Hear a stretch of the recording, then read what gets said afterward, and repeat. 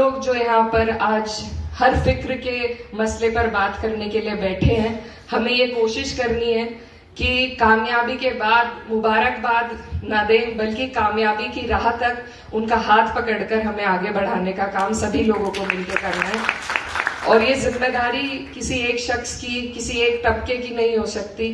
सिर्फ अगर हम इसमें सभी का रोल रहेगा, सिविल सोसाइटी का, हमारे बीच में इतने एजुकेशनिस्ट्स हैं, उन सब का, नेताओं का, हर उस व्यक्ति का जिसको समाज ने आगे बढ़ाया है, उनकी जिम्मेदारी है कि जहालत के अंधेरे में जहां हमारी आज कौम पड़ी है, उसको हम वहां से बाहर निकालें। सिर्फ हमारे पास एक वही रास्ता है और कोई रास्ता नहीं है। अगर कोई चीज हमें जहालत के अंधेरे से बाहर निकाल सकती है तो वो तालीम है। इसके अलावा कोई रास्ता हमारे पास नहीं है। आज नहीं है, कल कोई और सरकार बनेगी, कल भी नहीं होगा। तालीम ही वो रास्ता है। इसे आपको हमें बहुत समझदारी के साथ, बहुत सूझबूझ के साथ अपनाना होगा। हमने कई ऐसी कम्युनिटीज देखी हैं जो अपने लोगों को बहुत मदद करती हैं। मैं खास तौर पर बात करना चाहती हूँ हमारे जो सिख भाई हैं, जिस तरीके से वो लोग अपने सर जोड़कर काम करते हैं जहां भी कहीं दिक्कत आ जाए। अभी हाल फिलहाल में पंजाब में जिस तरह की तबाही आई, उसके बाद मेरा भी खुद वहां पर जाना हुआ, लेकिन जब तक हम वहां पहुंचे तब तक बहुत चीज से वो आगे निकल चुके थे। तो जब कोई कम्युनिटी एक साथ जुड़कर कोई रास्ता इख्तियार करे तो मुझे लगता है वो रास्ता आसान बहुत जल्दी हो सकता है। हमारे कई भाई हैं, मैं जिस इलाके से आती हूँ, मदरसे भी चलते हैं, लेकिन एक सवाल हमें खुद से पूछना होगा, क्या हम उस सही नीयत से बच्चों को तालीम पहुंचाने की नीयत से उन इदारों को चला पा रहे हैं या नहीं। मैं ज्यादा नहीं कहना चाहती हूँ क्योंकि दूसरी तरफ से कई बातें उठती है, लेकिन इंट्रोस्पेक्शन की जरूरत है कि हम सोचें कि हमारे जो ज़कात हम सभी लोग निकालते हैं, पर वो ज़कात अगर मैं सिर्फ एक परिवार को एक महीने के लिए अनाज दे दूं या पैसे दे दूं, उससे किसी का भला नहीं हो रहा है।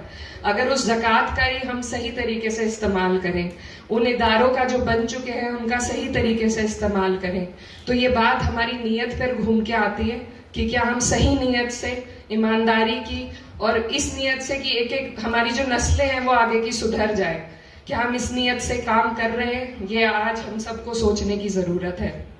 मेरी बहन ने पर्दे का एक मसला उठाया था तो मुझे बहुत खुशी हुई, क्योंकि अक्सर कर मैं अकेली बैठी होती हूँ और जो हमारी आधी आबादी है उनकी जिम्मेदारी अपने कांधों पर लेकर सोचती हूँ कि मैं उससे इंसाफ करूँ, लेकिन कहीं भी इन चीजों पर बात नहीं होती। और ये बेहद जरूरी है कि इन चीजों पर हम खुलकर बात कर सकें। हम हमेशा बचते हैं क्योंकि पर्दे का असल मतलब है मॉडेस्टी। हम जिस भी हिसाब से बाहर निकले, ये नीयत से, ये सिर्फ औरतों पर लाजिम नहीं है, मर्दों पर भी लाजिम है कि आप एक मॉडेस्ट पहनावे में बाहर निकले और आप हर वो काम करें जो आप करना चाहते हैं जिससे समाज की बेहतराई हो। तो ये मेरा मानना है। और मेरा दीन, मेरी कब्र में मुझे सोना है, मेरा दीन मेरे और मेरे अल्लाह के बीच की बात है, इसमें और किसी का बीच में दखल नहीं है। जी हाँ, हमारे जो बड़े बुजुर्ग हैं उनकी बात हमें सुननी भी है, अदब भी करना है, लेकिन एहतियात ये भी रखनी है कि हम जहाँ हैं, जिस वक्त हम इस दुनिया में मौजूद हैं, उस वक्त का सही इस्तेमाल करते हुए अपने लोगों को आगे बढ़ा सके। वो भी बिल्कुल सही बात उन्होंने कही, दीन का ही काम है। तो इन चीजों पर भी बात होनी चाहिए। मेरी बहनों को ये एहसास आप सभी को दिलाना होगा कि वो भी आगे आ सकती है, वो भी अपनी बात खुद उठा सकती है, खुद अपनी लड़ाई लड़ सकती है। इसके लिए उन्हें मजबूती देने का काम हम सबका है। एक स्कूल में मेरा जाना हुआ था, वहां पर मैंने, सरकारी स्कूल था, उन बच्चियों से पूछा कि उनके कितनों के भाई प्राइवेट स्कूल में पढ़ते हैं। तो लगभग 90% वहां जो बच्चियां मौजूद थी उनके भाई प्राइवेट स्कूल में पढ़ते थे, लेकिन वो बच्चियां सरकारी स्कूल में थी। तो ये जो हम एक दोहरी नजरिए से हम अपने बच्चे और बच्चियों को देखते हैं, ये भी हमें बंद करने की जरूरत है। दहेज की बात रखी गई थी और मैं भी कई बार इस बात को कह चुकी हूँ। हमारी कुछ मजबूरियां होती हैं कि हम जाना बंद नहीं कर सकते, लेकिन बिल्कुल आपके सुझाव पर अमल करेंगे। अगर हम दहेज की जगह अपनी बच्चियों को उनकी तालीम में वो पैसा खर्च कर दें, तो सिर्फ तब, और मैं बार बार इस बात को कहूंगी कि जब तक महिलाएं हमारी, औरतें हमारे समाज की पढ़ेंगी नहीं, लिखेंगी नहीं, अपने हक अधिकार को समझेंगी नहीं, तब तक हमारे पास कोई और रास्ता बचेगा नहीं। क्योंकि जो माँ पढ़ लिख लेती है वो जरूर ये कोशिश करती है कि उसके बच्चे तालीम हासिल करें। ये बाप शायद उसमें लापरवाही कर जाते हैं, लेकिन माएँ कभी भी उस काम में लापरवाही नहीं करती। मेरी खुद की माँ का मैं आपको ये एग्जाम्पल देना चाहती हूँ। हमारे यहाँ स्कूल्स उतने अच्छे नहीं थे, लेकिन उन्होंने बचपन से मुझे हॉस्टल में भेजा।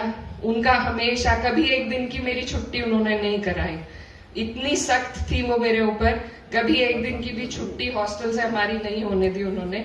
तो जब माँ इस तरीके से तालीम को आगे लेकर चलती है, तो कोई ताकत मुझे नहीं लगता रोक सकती है हमें। तो इन सब चीजों पर हमें कोशिश करने की, ज्यादा से ज्यादा बात करने की और कोलैबोरेट करने की। जो बहुत अच्छी बात हमारे भाई ने यहाँ पर कही थी, फारूक सिद्दीकी साहब ने, कि हम लोग जब इकट्ठे हैं तो हमें बात करनी चाहिए, उन बातों पर चर्चा कर कोलैबोरेट करना चाहिए, ताकि हम आगे उन चीजों को ले जा सके। और आज जिस हादसे पर हमारी कम्युनिटी पहुंच चुकी है, अब अगर हम नहीं करेंगे तो वो वक्त कब आएगा ये हम नहीं समझ सकते। तो इसमें अब से पहले जो हमारे जिम्मेदार लोग हैं उनकी ज्यादा बड़ी जिम्मेदारी लगती है, और हम सबकी जिम्मेदारी है कि हम लोग बैठकर हर एक मुद्दे पर बात करें, एक रास्ता निकालें, ताकि हम सब आगे बढ़ सकें। और इसमें हमारे बीच में हमारे बड़े भाई दानिश भाई मौजूद हैं, जो फिलहाल उत्तर प्रदेश सरकार में हर जगह हमारे लोग मौजूद हैं। तो हमें फिर भी हम पीछे हैं, ये हमारी कहीं ना कहीं गलती है, कमी है। तो मैं उनकी भी तरफ से कहना चाहती हूँ, उन्हें कहना चाहती हूँ कि आपकी तरफ से जितना भी हो सके। मैं एक मसले में मिली थी, बहुत अच्छी हमारी बात हुई, और उम्मीद है कुछ ना कुछ फल उसका भी निकल कर आएगा। तो हम सभी लोग हर एक चीज को अलग हटाकर, सबसे पहले अगर कम्युनिटी फर्स्ट रखकर सोचे, और मैं ये सिर्फ अपनी कम्युनिटी के लिए नहीं कह रही हूँ, मैं जिस इलाके से आती हूँ वहां पर बहुत बड़ी तादाद में हमारे हिंदू भाई, हर समाज के भाई मौजूद हैं। लेकिन फिर भी सबसे पीछे अगर कोई तबका मुझे दिखाई देता है, महसूस होता है, तो वो मेरी अपनी कम्युनिटी है। इसलिए आप सभी को मैं कहना चाहती हूँ कि जो इदारे मौजूद हैं उनकी सीटों को हासिल करने के लिए मेहनत करें। और बहुत से लोग, अभी डॉक्टर अनीस कुट्टी साहब अब मुझे कह रहे थे कि ऑनलाइन अब बहुत सारे कोर्सेज आ गए हैं, और आज का हमारा टॉपिक भी टेक्नोलॉजी से रिलेटेड है। तो एआई का आजकल जमाना है, और बहुत अच्छा मुझे लगा, एक मेरी बहन मुझे मिली थी जिन्होंने एडमिशन ले लिया था, लेकिन पढ़ाई वो ऑनलाइन कर रही थी। क्योंकि कई जगहों पर इस तरीके की दिक्कतें होती हैं सामाजिक रूप से, जहां हमारी बहनें नहीं जा पाती हैं। तो अब ऐसी सुविधाएं अब हमारे पास आ रही हैं, जिनका सही तरीके से अगर हम उपयोग करेंगे तो आगे बढ़ सकते हैं।